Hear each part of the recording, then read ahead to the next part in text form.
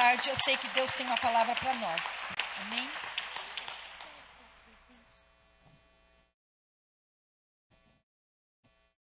Glória a Deus. Meus irmãos, a paz do Senhor Jesus. Aproveitando que os irmãos estão em pé, por gentileza, primeira carta do apóstolo Pedro, capítulo 1 e o versículo de número 3. Primeira carta do apóstolo Pedro, capítulo 1 e o versículo de número 3. Enquanto os irmãos localizam o texto, eu já quero externar aqui a minha gratidão nesta tarde por esse privilégio de poder ministrar a palavra do Senhor.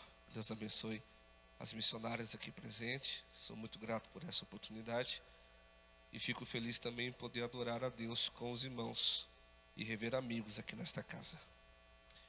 1 Pedro capítulo 1, versículo de número 3, que diz assim: Bendito seja o Deus e Pai de nosso Senhor Jesus Cristo, que segundo a sua grande misericórdia nos gerou de novo para uma viva esperança pela ressurreição de Jesus Cristo dentre os mortos, para uma herança incorruptível e incontaminável e que não se pode murchar, guardada no céu para vós. Amém?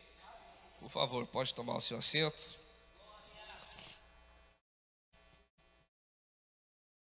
Amados, eu estava estudando esse texto essa semana e Deus tem ministrado muito fortemente ao meu coração em cima desta palavra. É bem verdade que quando nós lemos a carta escrita pelo apóstolo Pedro, especificamente a primeira carta, nós vamos entender que aproximadamente no ano 64 depois de Cristo, a igreja em Roma está passando por uma crise muito difícil.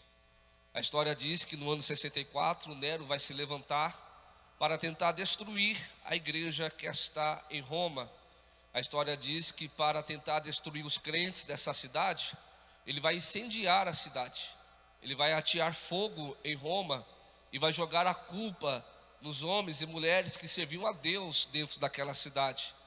E infelizmente a história diz que as pessoas acreditaram nessa mentira que Nero contou, que tinha sido os crentes que incendiaram Roma. Por causa dessa calúnia, por causa dessa mentira, as pessoas começaram a perseguir os crentes que estavam nessa cidade. A história diz que esse imperador, ele era tão cruel que ele pegava os homens, as mulheres, os crentes dessa cidade, amarrava e costurava neles peles de animais selvagens, soltava das matas para serem mortos pelos cães de guarda. A história diz que ele pegava os homens e mulheres da cidade de Roma, colocava pinche no meio desses homens, ateava fogo e pendurava na cidade para iluminar as suas e os jardins da sua casa. A perseguição é terrível e o que esses crentes estão passando é uma tortura, é um momento muito difícil. Nesse momento difícil, aonde por um momento eles pensam que não há esperança e que acabou-se o culto, que acabou-se a esperança deles cultuarem a Deus, Pedro vai escrever uma epístola, ou esta carta, para trazer uma mensagem de esperança para esta igreja.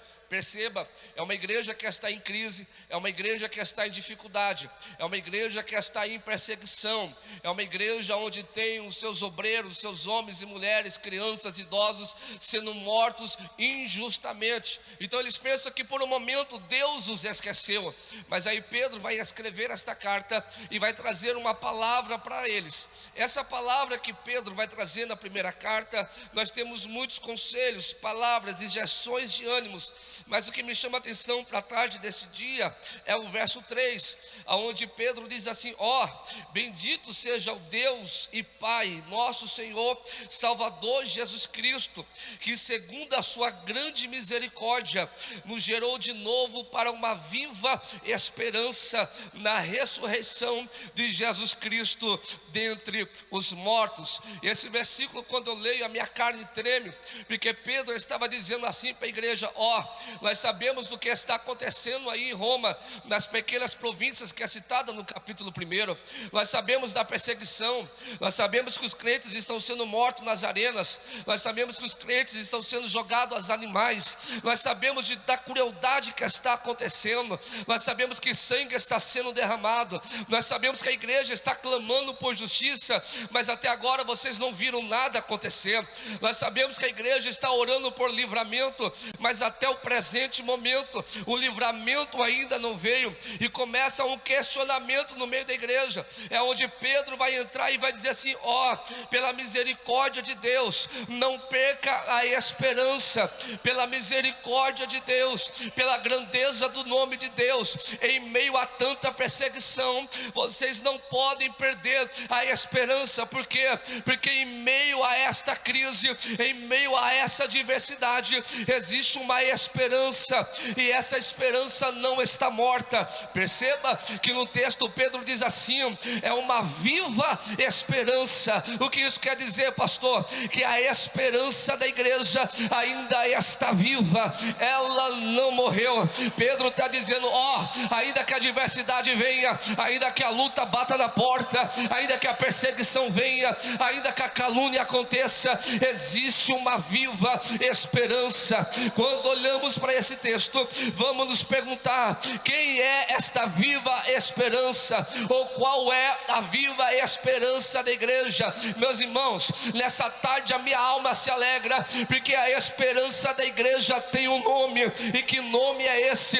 É o nome que o apóstolo Paulo escreveu a carta aos Filipenses capítulo 2, dizendo que sobre esse nome todo joelho se dobrará e toda língua confessará que Ele é o Senhor. Que nome é esse? É o nome de Jesus Cristo. Jesus é a esperança da igreja, Jesus é a esperança desta casa, Jesus é a esperança da minha vida, e Jesus é a esperança da sua vida também. A esperança da igreja, ela não está morta. A esperança da igreja se chama Jesus Cristo, a qual Pedro diz que ressuscitou dentre os mortos. Oh glória! Eu gosto dessa palavra, porque Pedro está dizendo assim para a igreja: olha, ainda que a perseguição continue, ainda que a prova não passe, ainda que a morte continue presente no meio de vocês, a nossa esperança, ela está viva. Eu gosto disso, irmãos, porque quando nós lemos a Bíblia Sagrada, nós vamos perceber que a obra do Espírito Santo, através da pessoa de Jesus Cristo, dentro da Bíblia Sagrada. Eu gosto muito da exposição do apóstolo João, quando ele fala acerca de Jesus. Nós vamos ver os 4 evangelhos, cada um apresenta Jesus de uma forma, mas eu sou particularmente apaixonado pelo evangelho segundo escreveu João, porque ele apresenta Jesus de uma forma diferente. No capítulo 1 de João, ele escuta Jesus falando, ele diz: esse aí não é normal, esse aí é o Cordeiro de Deus que tira o pecado do mundo. Em João capítulo 2, João apresenta Jesus como alguém que transformou a água em vinho lá nas bodas de Caná da Galileia. No capítulo 3, João apresenta Jesus como o homem que pregou para Nicodemos, dizendo: olha filho, é necessário tu nascer de novo, não existe outro caminho. Em João capítulo 4, João apresenta Jesus como aquele que entrou na cidade de Samaria, mandou os discípulos comprar comida fora da cidade para tratar apenas com uma mulher no particular, e trouxe salvação para a vida dela. João apresenta Jesus no capítulo 5 como alguém que subiu a Jerusalém para participar de uma festa, mas em vez de ir na festa, ele vai do lado da festa, no quinto pavilhão, ou no quinto alpendre, chamado Betesda, que em hebraico quer dizer casa da misericórdia, e ele é cura para o homem que está deitado há 38 anos. Em João capítulo 6, ele apresenta Jesus como aquele que repartiu e multiplicou pães e peixes, porque aonde Jesus está, olha aqui para mim, aonde Jesus está, ninguém fica com fome, ninguém sai de mão vazia, ele é providência para todos. João apresenta Jesus no capítulo 7 como aquele que entrou no templo e orou assim, que ele é e que dele fluiria rios de águas vivas, e quem bebe dessa água jamais tem sede. Oh, irmãos, eu gosto disso. João apresenta Jesus no capítulo de número 8 como alguém que estava escrevendo na areia, e levaram para ele uma mulher pega em ato de adultério, achando que Jesus a condenaria, mas eles não sabiam que ele é justiça, mas ele é misericórdia e graça também. Jesus manifesta na vida dela perdão, graça, misericórdia e salvação, para se cumprir o que está escrito em Romanos capítulo 8, que aquele que está em Cristo, nenhuma condenação há para aqueles que andam segundo o Espírito e não segundo a carne. Eu gosto de João, porque no capítulo 9 ele apresenta Jesus como aquele que curou um cego de nascença, mandando ele se lavar no tanque de Siloé.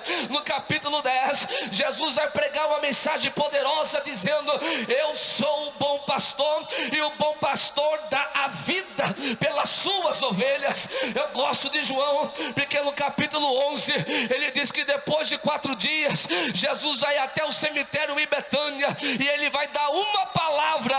A minha palavra pode não ter poder, mas a palavra de Deus, ela tem poder. Ele olha para o cemitério, ele olha para a cova e diz assim: Lázaro, quem está falando aqui tem moral na casa, quem está falando aqui é o Filho de Deus, quem está falando aqui tem o poder nos céus e na terra, sai para fora. E a morte teve que devolver e obedecer a palavra de Deus. Oh, aleluia!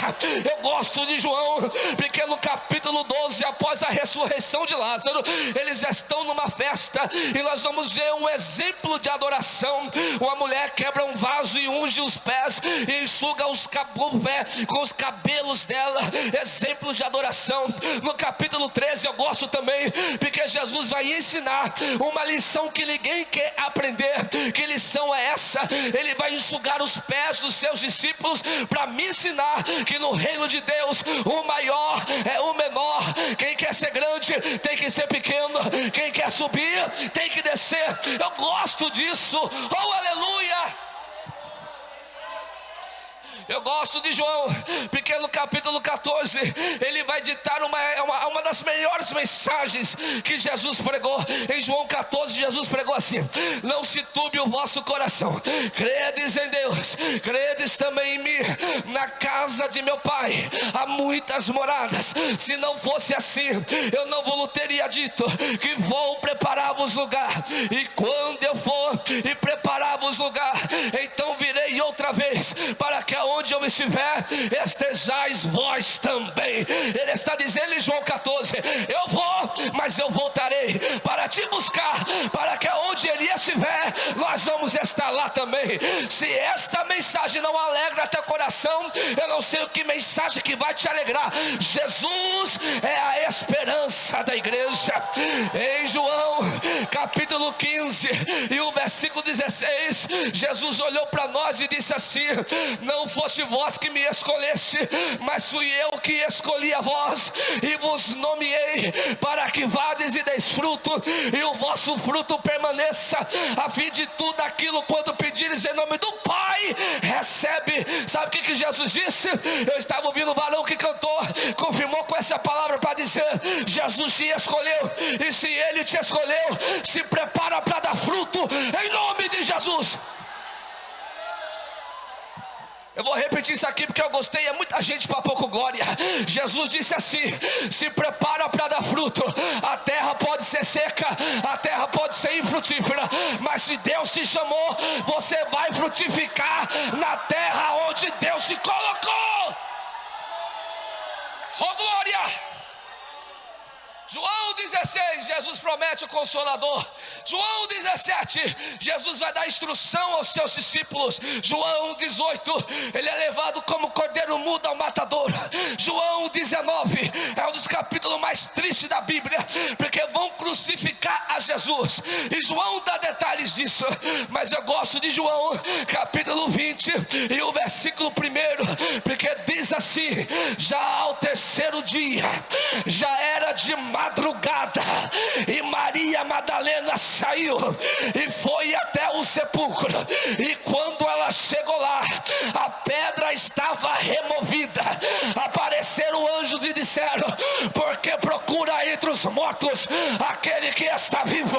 Porque procura a Lamassura Cantaragai, porque procura entre os mortos aquele que está vivo. Satanás achou que matou na cruz a esperança da igreja, mas ao terceiro dia a esperança renasceu, a esperança ressuscitou, a esperança reviveu e está viva até o dia de hoje. Alabarachandarai. Essa é a esperança que Pedro diz à igreja, dizendo: essa é a esperança, está viva. E o que eu gosto de João capítulo 20, verso 1, que eu estava lendo e eu fiz um questionamento, falei assim: opa, Jesus tinha 12, um traiu, ficou 11, ainda não tinha sido elegido o 12º. Mas se você ler o texto, e Deus falou isso no meu coração essa madrugada, estava orando com a minha esposa, e ela dizendo assim para mim: olha, Ti, você prega, mas eu não prego, eu não canto, eu não ministro. Fica tranquila, quem trabalha na sua vida é o Espírito Santo. Eu lembrei desse texto mesmo, porque Jesus ainda tinha 11, mas quem se levanta de madrugada para ir até o sepulcro não é os 11, é uma mulher. Aí Jesus começou a ministrar no meu coração: eu vou levantar uma geração de mulheres, eu vou levantar uma geração de missionárias, de pregadoras, de intercessoras. Oragalamashura Cantaragai. Porque o que muito homem não quer, o que muito homem não tem coragem de fazer, o que muito homem não tem coragem de pregar, Deus vai levantar mulheres aqui nesta casa, Deus vai levantar mulheres nessa cidade, Deus vai levantar mulheres nesse estado e nesse país, de coragem, cheias do Espírito Santo, como essas que estão aqui em cima do altar, para pregar a palavra e fazer o que muitas vezes eu e meus companheiros não têm coragem de fazer. Deus vai levantar. Oh, glória! A esperança está viva. Pedro disse assim: e o que importa agora? No verso 4: para uma herança incorruptível, incontaminável, que não se pode murchar, guardada nos céus para vós, que mediante a fé estáis guardada na virtude de Deus, para a salvação, já prestes para se revelar no último tempo. Pastor, eu não entendi, vou te explicar. Primeiro Pedro dá uma injeção de ânimo da igreja, dizendo: ainda que a porta não se abra, ainda que o livramento não venha, ainda que a cura não chegue, ainda que aquilo que você espera nessa terra não aconteça, não é motivo para você se entristecer, porque a esperança está viva, e quem não perdeu a esperança vai ter uma herança de Deus. Deus está falando com alguém aqui nessa tarde. Se tu não perderes a esperança, há uma herança guardada para nós. Segundo a Bíblia, que herança é essa? Mateus capítulo 25, versículo 34.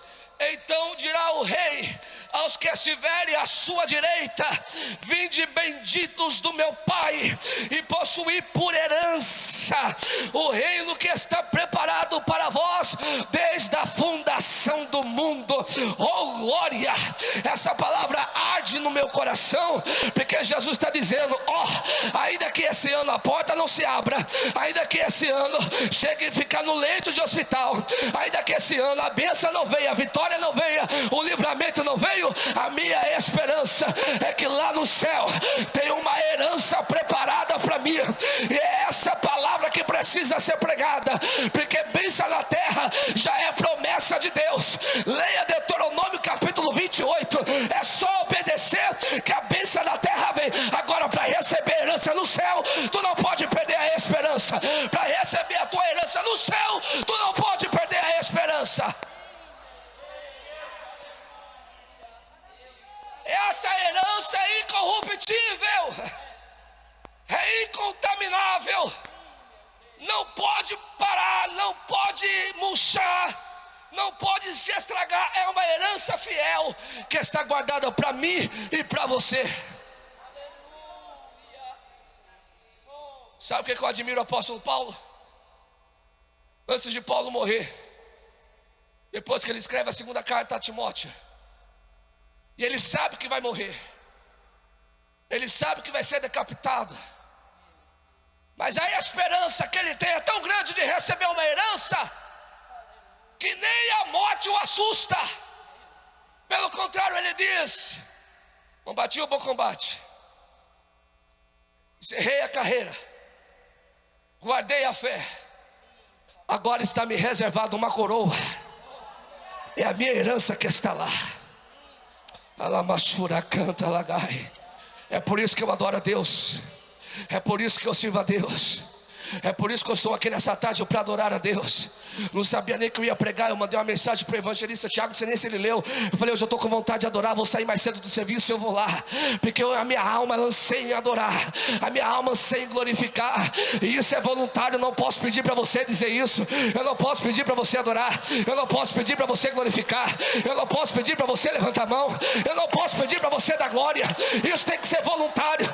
Mas quem ainda tem esperança, ele sabe que a adoração, ele fortifica, ele sabe que a adoração renova, ele sabe que a adoração te aproxima de Deus. E Deus está te convidando nessa tarde para te dizer o que Abacuque escreveu no capítulo 3: ainda que a figueira não floresça, ainda que a vide não dê mais os seus ramos, nem produza os frutos, todavia eu adorarei a Deus, todavia eu adorarei a Deus.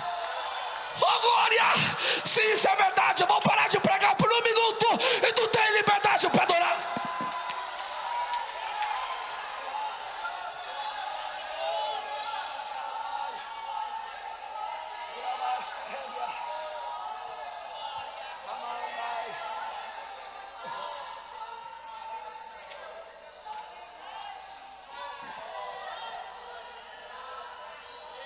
Isso é barulho de esperança.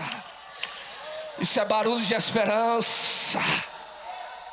Isso confunde Satanás. Isso confunde o diabo. Sabe por quê? Porque ele sabe que você está na prova, ele sabe da perseguição, ele sabe da calúnia, ele sabe da censura que a igreja está sofrendo nesse século e nesse tempo presente. Ele sabe do que está acontecendo. Aí ele está dizendo: ela vai lá, mas não vai adorar. Ele vai lá, mas não vai adorar. Ele vai lá, mas não vai glorificar. Mas mesmo cheio de problemas, olha você adorando aqui para glorificar o nome de Deus e confundir a cabeça do diabo.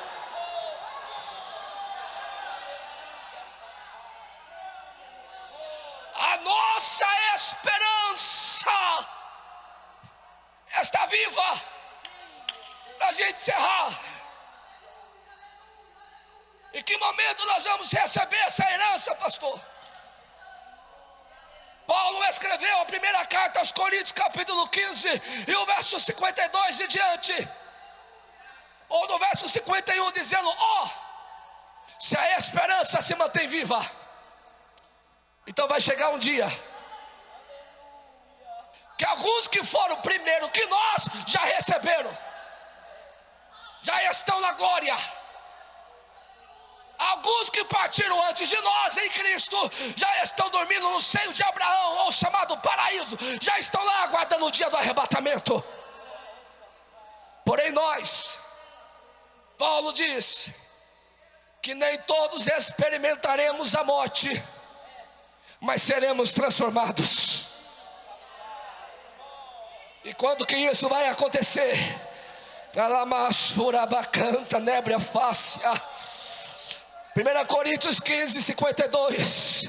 É no momento, no abrir e fechar de olhos, ante a última trombeta, porque a trombeta soará e os mortos ressuscitarão incorruptíveis, e nós seremos transformados, porque convém que isto que é incorruptível se revista da incorruptibilidade, e que isto que é mortal se revista da imortalidade, e quando isto que é corruptível se revestir da incorruptibilidade, e isso que é mortal se revestir da imortalidade, então vai se cumprir a palavra que está escrita: tragada, tragada, tragada foi a morte na vitória.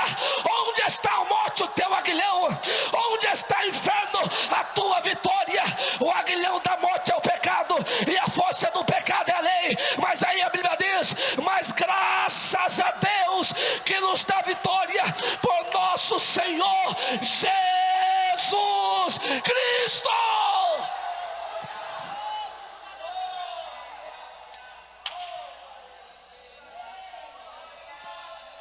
Essa é a esperança. Essa é a esperança.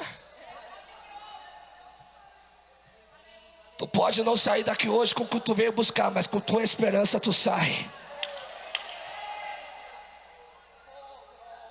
Talvez a porta pode não abrir nessa tarde, mas que a esperança está no teu coração, ardendo como fogo.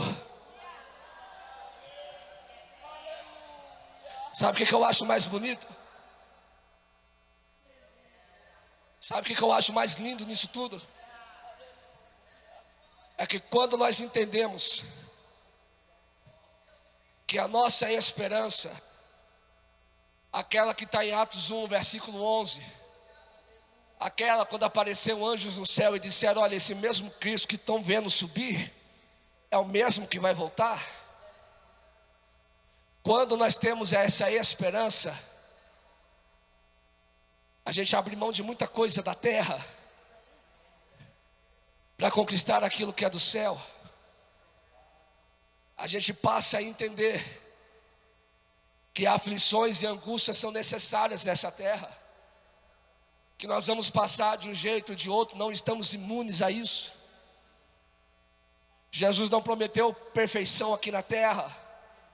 Ele diz: no mundo tereis aflições, mas tende bom ânimo. Provas todo mundo vai passar, lutas, dificuldades na família, dificuldades financeiras, dificuldades pessoais, todos estão à mercê, como diz Salomão em Eclesiastes, debaixo do sol e debaixo das mesmas aflições. Porém, quando eu entendo que a minha esperança é Jesus, porém, quando eu entendo que a minha herança não está aqui, está lá em cima, eu começo a cantar um hino. E que hino é esse, pastor? Romanos capítulo 8. Eu vou ler e eu devolvo o microfone, versículo 35 em diante. Quando eu entendo que nada mais pode me separar desse amor, porque a minha esperança está viva, aí eu começo a cantar: quem nos separará do amor de Cristo? A tribulação ou a angústia, a perseguição ou a fome, a nudez, o perigo ou a espada, como está escrito: por amor de ti somos entregues à morte todo dia, fomos reputados como ovelhas para o matadouro, mas em todas essas coisas nós somos mais do que vencedores por aquele que nos amou. Levanta a tua mão direita para o céu comigo. Diga bem forte, diga assim: em Cristo Jesus. Você pode fazer melhor que isso, diga: em Cristo Jesus eu sou mais do que vencedor. Oh glória, oh glória, oh glória. Você não é só um vencedor, é mais do que vencedor. Só o fato de você estar aqui nessa tarde já é motivo de alegria. Por quê? Porque em meio a tanta tribulação, eu sou mais do que vencedor. Você é mais do que vencedor. Recebe essa palavra? Então dê a melhor salva de palmas que você pode para Jesus.